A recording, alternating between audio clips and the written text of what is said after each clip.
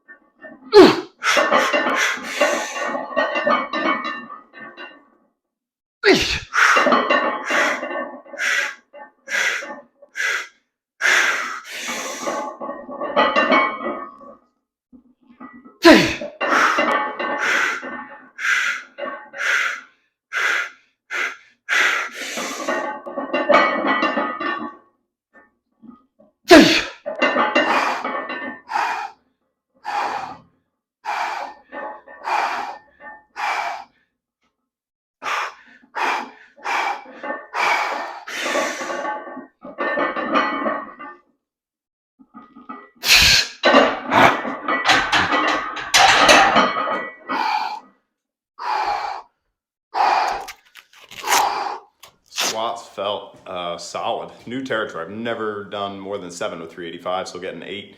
That felt really good. Definitely the last rep for sure, and the one before that. And my back was doing a little more work than optimal, probably from toasting it on deadlifts on Thursday. But I think having that extra day of recovery is absolutely huge, because even with the back still being a little tired, I mean, this still felt like doable weight. So I think another 3-4 weeks at 385, and then we can take another stab at 405. Sometimes for me, it helps with deadlifts and squats, knowing that I only do them once a week. So it's kind of like, I've waited all week to do this squat workout, and I don't get another shot until next Sunday. So you better make it good. So that's my mindset sometimes when I'm at rep 6 and it's feeling a little tough. I'm like, I don't get to squat again for another 6 days. So just get those last 2 reps done. That's what does it for me. I think if I had,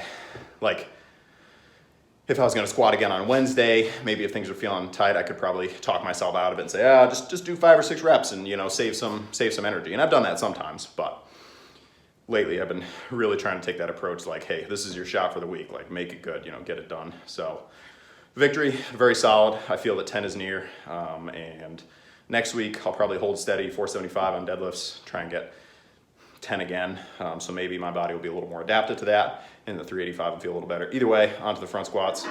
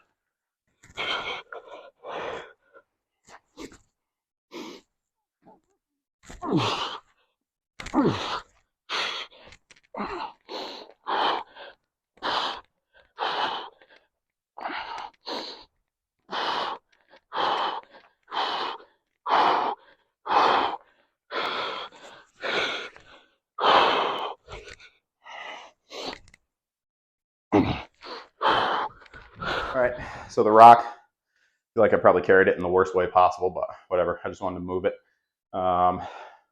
No stone to shoulder attempts today because we already did a good amount of heavy work. So I don't want to do anything that dangerous when I could more easily get dizzy, you know, because I'm at the end of the workout. So just the carry. Feel free to insert Braveheart quotes. So calves, we're gonna do 6 sets total. Just gonna move through them quick.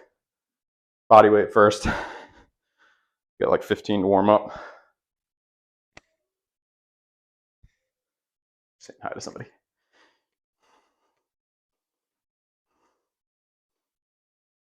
All right.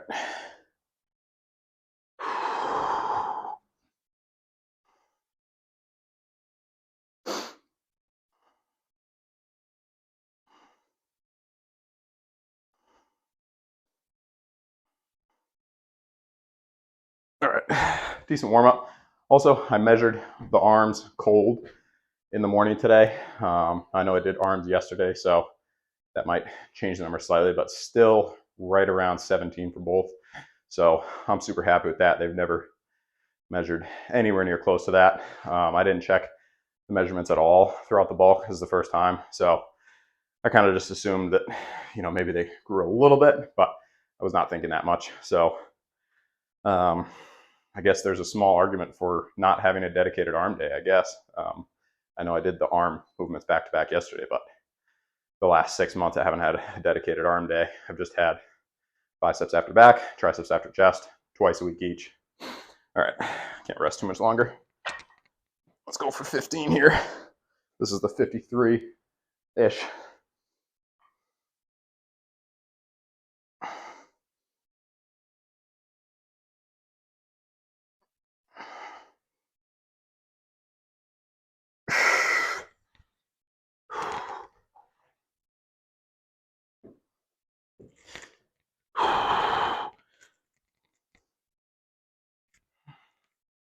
I definitely need another calf day during the week. I suppose I could do them on deadlift day. Now I lost count.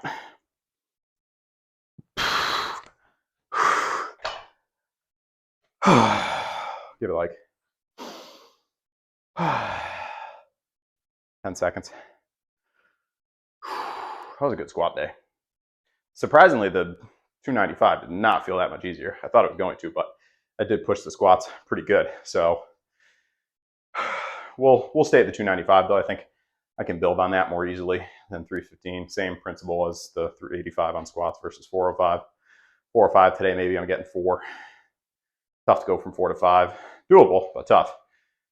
To go from 7 to 8, doable, not as tough. So I think 8 or 9 will be possible next week, especially if the back isn't as tired from deadlifts.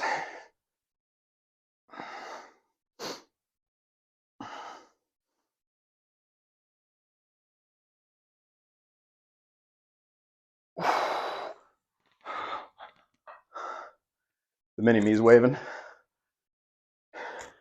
He wants to start building the muscle, but he's too little. Gotta wait. Sorry, guy.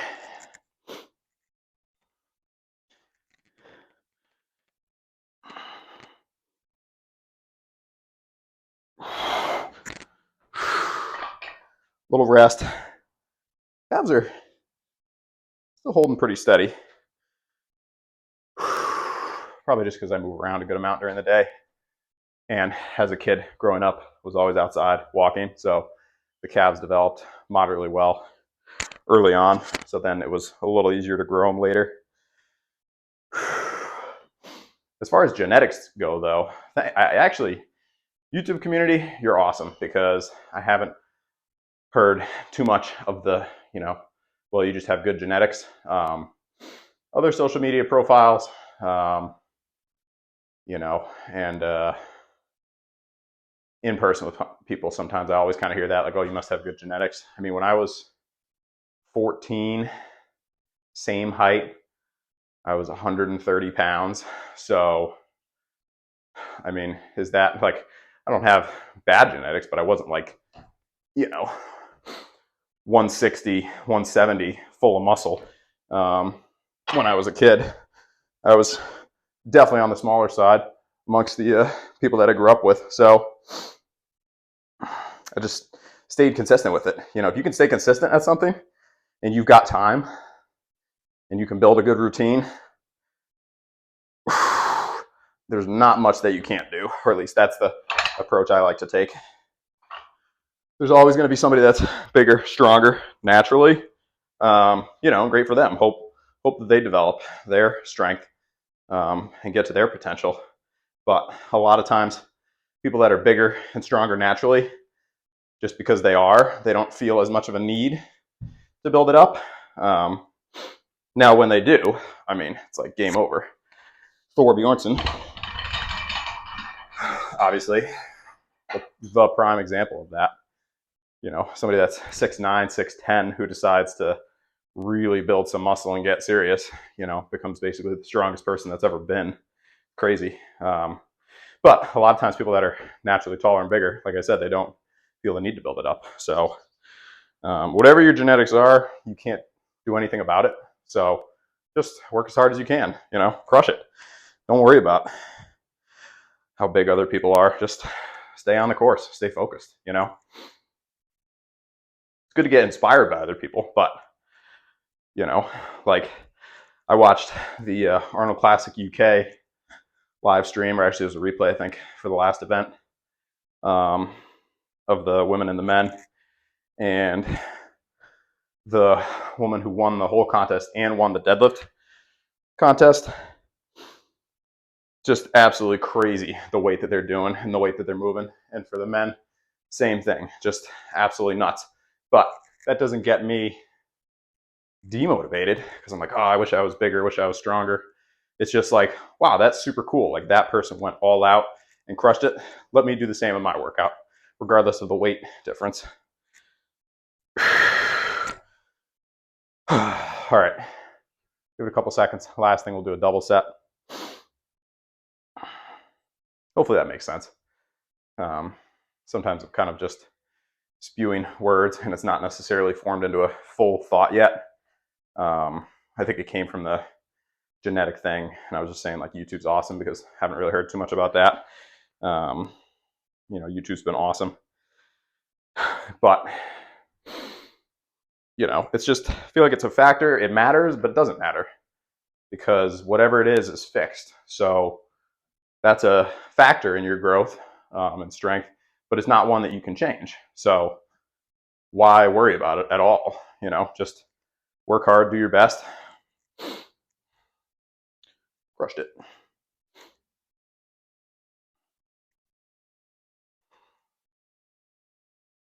Get a couple more. I think this is 6 sets.